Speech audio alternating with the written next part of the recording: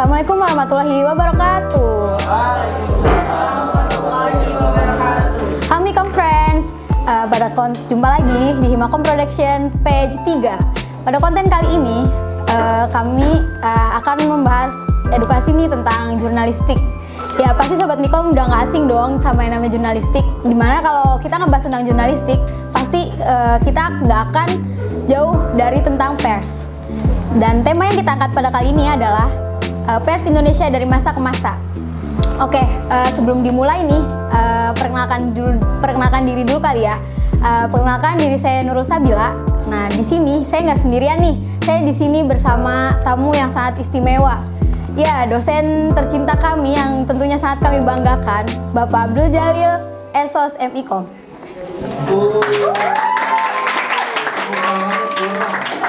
Ya, gimana nih Pak kabarnya hari ini? So far so good. Agak kaget aja tadi.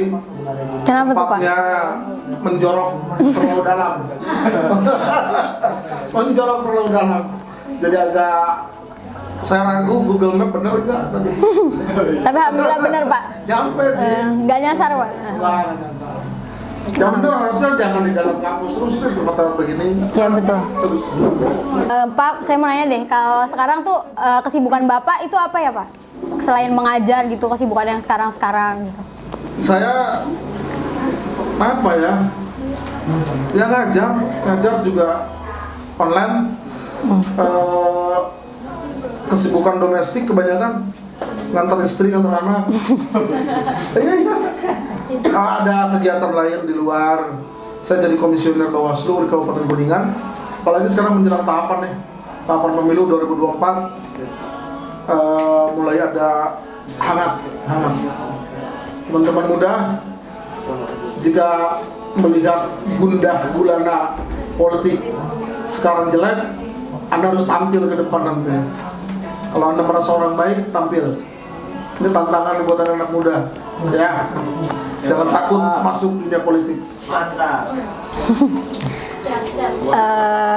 Kayaknya tanpa perlu berlama-lama lagi, gimana Pak kalau dimulai aja nih Pak? Lanjut, siap. Oke.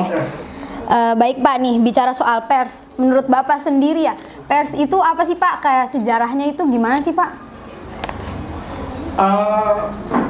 Pers. Ada pers, ada press. Yang benar ya, mana? Press bahasa Inggrisnya menekan. Tapi suka bercandain. Pers itu peres. Jadi orang yang di pers itu suka meres. Bener gak tuh?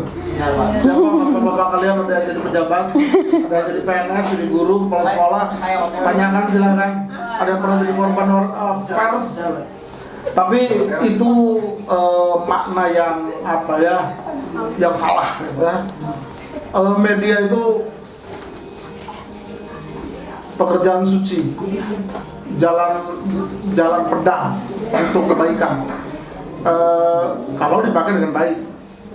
Ya intinya kan media hadir itu to inform, to educate. Bukan hanya to educate, to inform, tapi juga yang paling penting adalah memberikan pengawasan kepada yang berkuasa. Itu paling penting. Kok bisa sih mengawasi yang berkuasa? Ya, harus wadas. Yang dilakukan pertama kali sebelum datang polisi ke wadas, yang dilakukan oleh polisi, ban dulu internetnya. Biar media nggak bisa live di situ. Jadi polisi pinter tuh. Ya itu bagian dari itu. Nah ini ada intelnya nih. Kalau ada intel suruh masuk aja ke sini.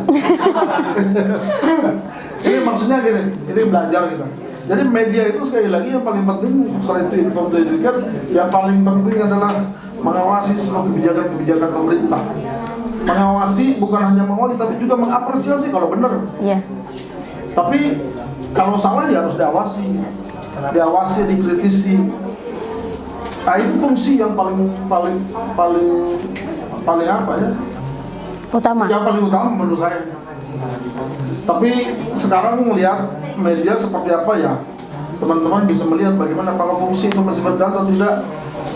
Saya nggak usah membahas terlalu panjang. Silahkan nilai sendiri. Tentang Bagaimana? fungsinya.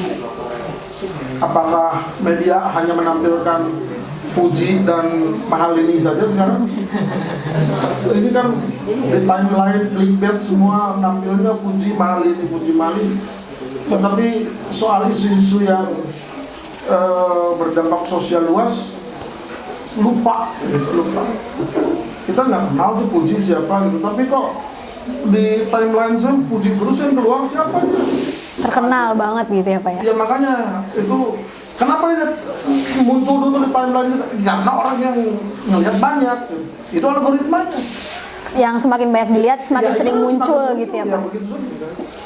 Jadi media penting peranannya, tapi sekali lagi ya saya bergelut di dunia media massa lebih dari 15 tahun. Mungkin sekarang titik nadir bagi saya media massa yang kurang kurang bergairah melihat media massa. Ya karena fungsinya sudah banyak produksi. Iya. Kayak Itu menurut saya. Tapi teman-teman bisa menilai sendiri. selanjutnya bisa nggak sih Pak kayak dijelaskan fungsi Sambil pers? minum ya? Iya boleh Pak, sambil diminum aja. Fungsi pers yang sebenarnya gitu Pak. Ya tadi kan di pemerintahan kita tuh ada eksekutif, yudikatif, legislatif. Yang terakhir itu kekuatan keempat sih Pak, media. Iya. Peran media itu untuk menyeimbangkan yudikatif, eksekutif, legislatif. Yudikatif nggak benar, diingetin sama pers. Yudikatif itu siapa? Yudikatif itu polisi, hakim, jaksa. Eksekutif siapa? Mulai dari presiden sampai lurah itu eksekutif. Kepala dinas itu eksekutif. Kepala dinas yang punya banyak proyek, pengerjaan jalan gitu. Uangnya ada, kita bayar pajak. Tapi jalan kok jelek terus, akhirnya diingetin sama media. Sama media. Terus legislatif, berapa legislatif? Legislatif itu fungsinya juga mengawasi eksekutif. Tapi legislatif juga diawasi oleh media. Anggota dewan, DPRD, DPRD provinsi itu legislatif. Nah, media siapa yang mengawasi? Publik. Melalui media. Publik juga harus mengawasi. Hukumlah media-media yang nggak benar dengan cara apa? Abaikan. Cuma kadang-kadang kita menghukum media bukan dengan mengabaikan, tapi justru memberi komen negatif di kontennya. Itu bukan menghukum, justru mengapresiasi. Karena algoritmanya sekali lagi mau ada komen sejelek apapun dia ditonton. Hukum media yang nggak benar itu dengan cara apa? Jangan nonton, jangan baca, Jangan dilihat, udah selesai gitu.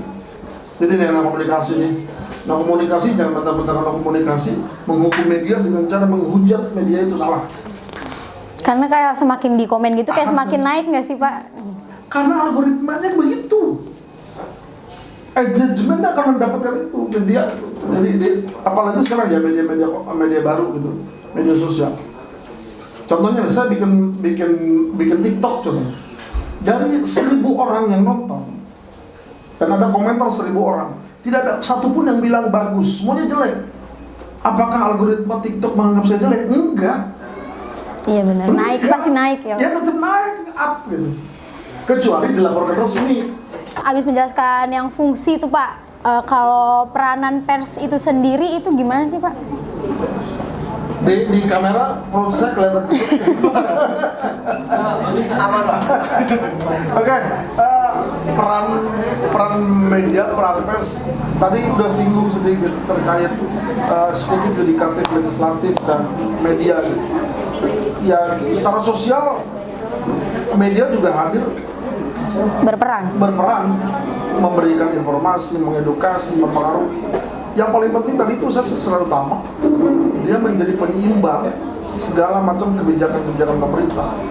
Kebijakan pemerintah terkait tambang jika tidak diingatkan oleh media mungkin lebih ugal-ugalan dari sekarang. Pun demikian terkait kebijakan pemerintah yang lain lah. Tapi yang diawasi itu bukan kebijakan pemerintah, kebijakan swasta yang dianggap salah pun boleh kok dikritisi oleh media. Kebijakan apapun swasta. Tapi sekali lagi media hadir di sini juga bukan yang ugal-ugalan. media juga ugal-ugalan tuh dalam artian ada aturannya yang memang dia bisa bermain di situ. Sesuai dengan aturan gitu. Enggak, ya harus ada etikanya tadi kan udah sesinggung, ada regulasi, tidak menyinggung orang, harus cover botol sayuran gitu deh ya. Jadi media itu perannya penting secara sosial, secara politik, secara kebudayaan nggak bisa terbantahkan. Cuma sayangnya itu tadi mulai tereduksi perannya dengan kehadiran media sosial juga itu bagian dari ikut mempengaruhi menurut saya. Oke Pak, jadi tadi udah nih kan fungsi sama peranan pers itu sendiri. Selanjutnya saya mau nanya Pak, kayak kebebasan pers di Indonesia itu kayak gimana sih? Indikator good journalism itu ada 3. Yang pertama, jurnalis beretika, menjunjung tinggi kebebasan pers, dan yang ketiga selalu up to date dengan kondisi. Contohnya begini, up to date tuh. Kalau koran ditinggalkan, ya kita sekarang media di media sosial. Jadi jurnalis harus punya berkreasi apapun gitu. Jadi ada 3 tuh kriteria media yang baik, jurnalisme baik itu. Sehat ya, jurnalisme sehat itu. Sekarang terkait kebebasan pers, ada media yang mau meliput tentang Wadas tadi, tetapi mau siaran langsung. Saya punya banyak teman kemarin yang mau liputan secara langsung, pas hari pertama ke Wadas, satelitnya mati. Kan kalau teman-teman kalau mau siaran langsung, kalau TV sekarang udah nggak pakai SNG lagi. SNG itu satelit news gathering, bawa mobil gede tuh. Sekarang udah pakai nggak gitu lagi. Dia sekarang udah pakai big gun, jadi cuma pakai tas perempuan kecil gitu, pakai satelit udah bisa siaran langsung. Kemarin mau siaran langsung hilang sinyalnya karena udah di ban duluan tuh. Itu juga bagian dari kebebasan pers. Internet mati katanya. Itu tentu bagian yang harus dikoreksi tuh. Pemerintah dalam hal ini aparat berwajib nggak boleh tuh mematikan upaya untuk menyampaikan informasi ke publik gitu. Tetapi selama ini ya begitu. Kejadian kemarin lagi di Kendari apa mana tuh yang ada pengunjuk rasa yang tewas ditembak polisi? Ya Sulteng ya, Kendari yang menolak tambang. Media hanya menyampaikan, kebanyakan ya, media hanya menyampaikan dari pihak gubernur yang mengatakan cari provokatornya. Padahal warga datang ke situ untuk menagih janji ketemu gubernur yang siap menemui pengunjuk rasa. Gubernur sama gubernur, Kapolda, Pangdam lagi mandi bareng, malah ninggalin tuh orang yang unjuk rasa. Itu di media ramai itu ya. Tetapi sekali lagi kebebasan pers itu bukan hanya sebebas-bebasnya, bukan gitu. Mungkin saya ingin bercerita sedikit. 98 mungkin teman-teman belum ada yang lahir ya? Belum. Masih jadi zigot kalian. Belum. 98 itu reformasi Mei, September, Oktober itulah wabah, bukan wabah ya, air bah media massa itu hadir tuh bulan-bulan itu sampai akhir tahun. Nggak ada dalam sejarah, mungkin teman-teman ini saya ingin cerita, tidak ada sejarah media porno dalam tanda kutip bisa dijual di pinggir-pinggir jalan ketika itu ada. Majalah populer, majalah media tabloid, namanya juga saya lupa. Itu ada di pinggir-pinggir jalan yang menampilkan orang-orang wanita-wanita seksi gitu bebas di pinggir jalan. Itu saking bebasnya tuh ketika itu. Bukan itu kebebasan pers itu. Ada aturannya. Media massa ada kode etik jurnalistik. Kode etik jurnalistik itu mulai tadi itu tidak menampilkan foto-foto yang, jangankan foto-foto nyaris telanjang, foto yang dianggap bermasalah aja nggak boleh. Foto anak kecil ngerokok juga kontroversial. Ketika ada seorang tokoh masyarakat di Aceh yang mukulin anjing, rame di media, itu pun menjadi kontroversial. Nggak boleh.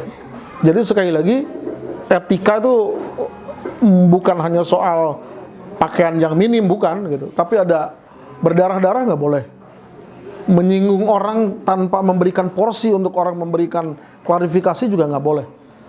Cuma masalahnya kebebasan pers itu diikuti sekarang dengan mudahnya juga orang melaporkan. Contoh begini, saya ngomong begini nih, ada yang nonton, tiba-tiba orang gampang melaporkan saya karena dianggap tidak sesuai dengan apa yang dia inginkan gitu. Karena sekarang lagi ramai juga begitu, ya. Kan orang menjadi gampang sekali untuk hal-hal yang remeh-temeh dilaporkan. Padahal itu bagian dari kebebasan berekspresi menurut saya. Selama itu tidak menyinggung secara sarkas, secara sara. Tetapi itu fenomena yang terjadi sekarang. Kebebasan pers titiknya, poinnya bukan hanya kita bebas bersuara segala macam, bukan, tapi ada aturan, ada kode etik, ada rambunya. Ada rambunya. Nah, begitu. Nah, kalau gimana tuh Pak kalau misalkan jurnalis tersebut melanggar kode etik jurnalis tersebut tuh Pak, gimana tuh dihukumnya gitu? Nih, contohnya saya sebagai jurnalis bikin judul begini, pengurus Himakom diduga nyabu di kosan Anu. Tentu anak-anak Himakom murka gitu ya kan, murka. Padahal baru diduga nih. Saya tersinggung, apa yang harus dilakukan? Apakah ngejar saya ke rumah? Apakah mendemo saya, semua anak Himakom demo saya gitu? Bisa jadi itu opsinya. Iya, Pak. Tetapi itu tidak menjadi bagian opsi yang ada di dalam aturan. Ada yang namanya hak jawab. Wajib hukumnya hak jawab itu dimuat. Hak jawab itu teman-teman bikin rilis sendiri, kirimkan ke media yang muat berita itu. Itu beritanya wajib dimuat, itu hak jawab. Kalaupun nggak dibuat, kalau nggak dimuat gitu, laporkan ke Dewan Pers. Bukan melaporkan perbuatan tidak menyenangkan ke kepolisian dengan undang-undang pidana, salah. Undang-undang pers ada. Sekarang kan tersinggung oleh media deliknya tuh undang-undang ITE dan undang-undang pencemaran nama baik. Itu keliru, salah. Ada undang-undang pers gitu. Undang-undang ITE itu undang-undang yang menurut saya perlu direvisi. Kacau balau. Pak, pertanyaan selanjutnya, selain sebagai media informasi, apakah fungsi lain dari pers? Pers juga berfungsi sebagai media hiburan, propaganda, atau promosi bisnis, bisa nggak? Iya, semuanya. Bisa. Semuanya. Nih, sekarang teman-teman bikin acara ini. Tadi saya sudah singgung. Di sini yang built-in-nya LA.com, Cirebon. Ya, nanti karena contohnya viewernya ini banyak, nanti ada banyak yang ingin built-in di sini. Itu juga bagian dari promosi kan di media.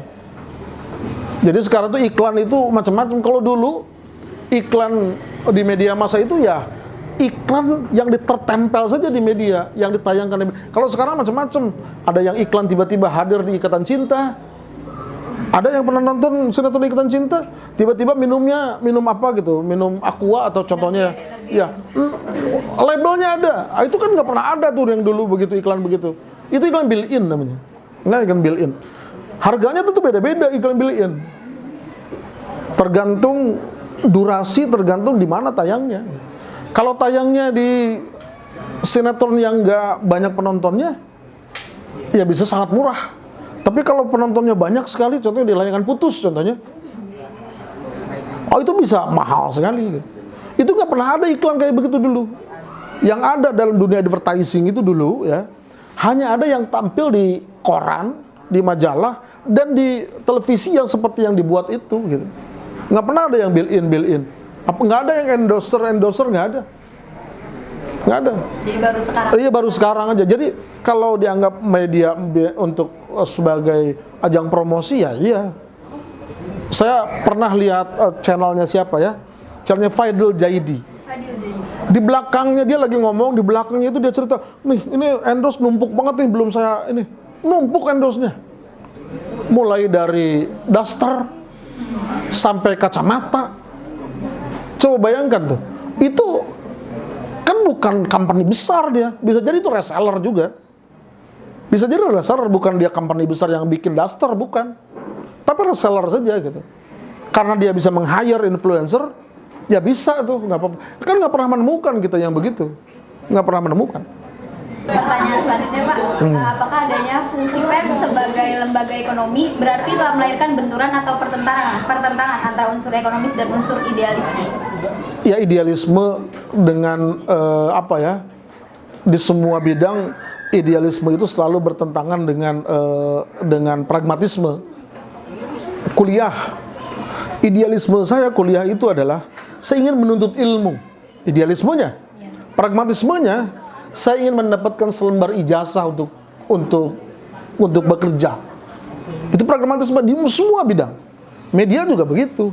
Idealnya media hadir tadi sebagai penyeimbang kekuasaan gitu. Tapi ketika kekuasaan mengintervensi, takut juga media. Seperti sekarang kan begitu. Yang punya kuasa, Anda jangan beritain ini. Kalau nggak beritain ini, izinnya tahun depan nggak diperpanjang ya. Selesai itu. Ya kan bisa begitu tuh, bisa begitu. Jadi idealisme dengan pragmatisme selalu beriringan. Cuma permasalahannya sekarang, bagaimana kita menjaga idealisme. Ketika Anda kuliah, Anda ingin menuntut ilmu, bukan untuk selembar kertas gitu. Tapi ada keinginan pragmatismenya untuk mendapatkan selembar ijazah itu. Ya bagaimana ijazah itu agar diisi dengan nilai-nilai yang baik gitu. Jangan hanya nilainya nilai kasihan dosen, jangan. Pak, pertanyaan berikutnya, dampak apa saja yang dapat ditimbulkan dari penyalahgunaan kebebasan pers? Ya itu, kalau kebebasan pers disalahgunakan, tadi yang saya ceritakan, kebebasan pers itu potretnya 98 dari bulan Juni sampai akhir tahun itu. Informasi apapun yang tanpa konfirmasi disampaikan. Gambar-gambar yang tidak pantas disampaikan. Adu domba menjadi hal yang lumrah gitu. Coba bayangkan sekarang, mungkin teman-teman ada yang aktif di Twitter. Coba buka di Twitter ya, kalau Anda lihat di Twitter ya, di situ kan bagi saya itu kebebasan yang terlalu vulgar di situ. Karena kita masih menganut sistem orang apa ya? Orang timur lah ya. Walaupun itu kadang-kadang menjadi yang perlu dipertanyakan. Kalau di Twitter itu kan menyerang orang itu secara personal jelas sekali. Dengan kata-kata yang maaf, tidak pernah terfikirkan kata-kata itu bisa keluar di media. Itu kan media dibaca orang. Di media. Menyerang yang tidak mendukung Jokowi, itu sebaliknya. Ada orang pendukung Jokowi diserang rame-rame oleh pendukung kelompok lain gitu. Itu diserang habis-habisan dengan kata-kata yang tidak pantas. Ya itu bagi saya itu dampak buruk dari kebebasan pers. Sekali lagi harus dipahami dulu kebebasan pers itu apa gitu. Bahwa kebebasan pers itu tidak melulu Anda bebas cocotmu ngomong sembarangan, nggak bisa begitu. Harus sesuai apa? Iya, harus sesuai apa yang memang ngomong itu kan bertanggung jawab. Kayak yang lagi di Twitter rame itu, apa komen yang lagi rame jadi trending yang dianggap melecehkan perempuan. Siapa tuh? Yang member JKT itu, Desi. Katanya ini kan anak saya, makanya ke kamar mandi harus saya lindungi. Dia sambil ngeliat-ngeliat gitu. Dianggap itu melecehkan. Itu kan sekali lagi, walaupun itu dalam konteks candaan, tapi bagi sebagian orang mungkin bisa memaknai itu melecehkan perempuan gitu. Apa yang disampaikan Ustazah Oki Stiana Dewi dengan keyakinan keagamaannya yang mengatakan KDRT itu perempuan jangan sebentar-sebentar lapor, sebentar-bentar ngomong curhat gitu. Padahal bagi sebagian orang, itu kok seperti melindungi tindakan KDRT gitu. Jadi sekali lagi, kebebasan itu tentu harus ada dasar-dasar yang memang kuat gitu. Ya Oki sekali lagi ngomong begitu, mungkin dasar dalil nakli dia kuat gitu. Bisa jadi ngomong begitu. Tapi bagi sebagian orang, itu dianggap mewajarkan perempuan dipukul. Kan kalau perempuan mendengar ceramah itu bisa jadi, kok gitu sih? Emang boleh laki-laki mukul perempuan? Ya bisa jadi ada yang menganggap boleh, ada yang enggak gitu. Tapi sekali intinya bertanggung jawab terhadap apa yang disampaikan oleh kita. Saya ngomong begini bertanggung jawab dengan apa yang saya sampaikan. Kalau ada poin-poin yang dianggap menyinggung, saya harus berani menyampaikan ke publik secara argumentatif komunikasi. Iya, argumentatif apa yang saya sampaikan. Itu aja sih, simple. Oke, selanjutnya Pak, kayak tips gitu kan, peran apa sih yang dapat dilakukan masyarakat supaya mengembangkan kemerdekaan pers sendiri? Iya, yang paling pertama jangan baper. Baper dalam artian tiba-tiba gampang ngelaporin orang. Kalaupun mau melaporkan dengan cara yang benar gitu, tidak langsung ke kepolisian. Masyarakat sebetulnya kan objek yang kerap diberitakan itu adalah yang pertama tentu pemegang kekuasaan, yang kedua public figure. Orang-orang itu ya harus memberikan contoh tuh kepada publik bahwa media itu ada aturan tersendiri. Nah, untuk publik secara umum yang harus digarisbawahi adalah publik itu harus literasi medianya harus betul-betul dipertebal, diperdalam. Jangan mudah termakan oleh media, itu paling penting sih. Jadi anak komunikasi ikut bertanggung jawab itu untuk ke publik itu memberikan pencerahan terkait bahwa media itu not only one source gitu loh. Ya, bukan sumber satu-satunya yang harus dipercaya. Jadi harus sebanyak-banyaknya mendapatkan referensi, mendapatkan informasi gitu. Jangan malas untuk mencari informasi, intinya begitu. Sama, dan ini Pak, satu lagi, perkembangan Indonesia secara menyeluruh setelah adanya pers itu apa gitu? Teman-teman harus baca buku Pers Orde Baru ya. Karangan itu dia peneliti dari Australia. Saya ada bukunya. Dia menceritakan media di zaman Orde Baru seperti apa. Orde Baru, Orde Lama, media massa itu perannya beda. Orde Lama itu dianggapnya hanya sebagai media itu hanya untuk mempertahankan kemerdekaan yang diucapkan tahun 17 Agustus. Tapi ketika Orde Baru, media yang tumbuh itu juga, mungkin teman-teman nggak ada yang tahu, dalam sejarah Soekarno itu yang memberedar media itu banyak. Ya, Soekarno itu memberedar media banyak. Media-media yang menentang Nasakom, nasional, nasionalis, agama, dan komunis, itu banyak diberedel. Termasuk, ya salah satunya korbannya Hamka. Hamka itu dipenjara karena menolak Nasakom. Di zaman Orde Baru, media tidak ada yang bisa bersuara tuh. Karena ketika dia mengkritisi pemerintah, Soeharto dalam konteks itu, ya ujung-ujungnya dicabut siupnya. Jadi gini ya teman-teman, dulu itu ketika zaman Orde Baru, kalau Anda mau bikin media massa, ada yang namanya siup, surat izin penerbitan pers, wajib itu. Dikeluarkan oleh Kementerian Penerangan. Sekarang nggak ada Kementerian Penerangan. Dulu ada namanya Kementerian Penerangan. Ya, Harmoko. Mungkin ada yang kenal nggak Harmoko? Apa pernah dengar nggak nama Harmoko? Pernah dengar sih. Harmoko itu adalah Menteri Penerangan terlama 4 periode. Jadi semua media kecil, lokal, besar gitu, kalau mau bikin media harus izin itu, keluar dulu siupnya. Untuk mendapatkan siup, semua orang yang terlibat itu di screening. Screeningnya apa?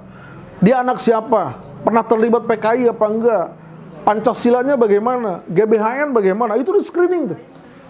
Jadi luar biasa. Kalau sekarang nggak perlu ada siup, ya ada siup.